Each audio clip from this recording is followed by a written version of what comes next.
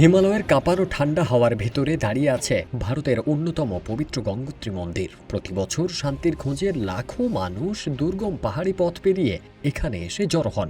ঘণ্টাধ্বনি, ভক্তদের জপে তৈরি হয় এক গভীর আধ্যাত্মিক আবহ। কিন্তু এবারের চারধাম যাত্রার শুরুতেই সেই শান্ত পরিবেশে হঠাৎই দানা বাঁধে নতুন বিতর্ক। মন্দিরে প্রবেশের আগে দর্শনার্থীদের সামনে হাজির করা হয় এক অপ্রত্যাশিত শর্ত। পঞ্চগব্য পান বাধ্যতামূলক।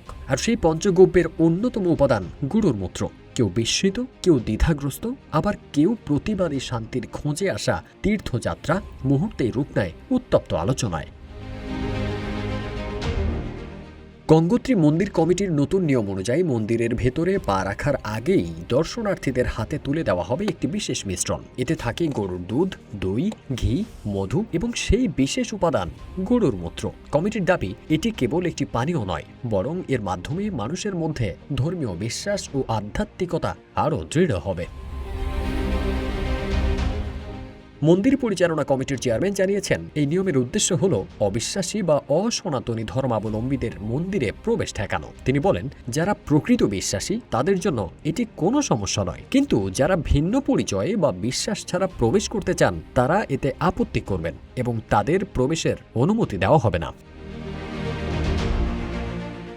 এদিকে গরুর মূত্র পান করার নতুন নিয়ম নিয়ে সমালোচনাও শুরু হয়েছে।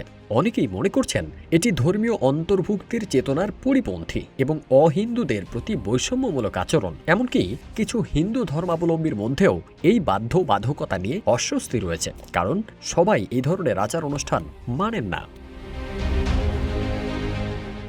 ভারতে গরুকে পবিত্র মনে করে কিছু শুদ্ধিকরণ আচার অনুষ্ঠানে গরুর মূত্র ব্যবহার করা হয়, তবে এটিকে বাধ্যতামূলক করা নিয়ে বিতর্ক রয়েছে, বিশেষ করে রাজনৈতিকভাবে। কারণ প্রধানমন্ত্রী নরেন্দ্র মোদীর দল বিজেপির সঙ্গে সংশ্লিষ্ট কিছু গোষ্ঠী এর ঔষধি গুণের প্রচার করেন। যোগ গুরু বাবা রামদেবও তার আয়ুর্বেদিক পণ্যে গরুর মূত্র ব্যবহার করে থাকেন। তবে স্বাস্থ্য বিশেষজ্ঞরা এ ধরনের দাবির বৈজ্ঞানিক ভিত্তি নিয়ে বরাবরই প্রশ্ন তুলেছেন।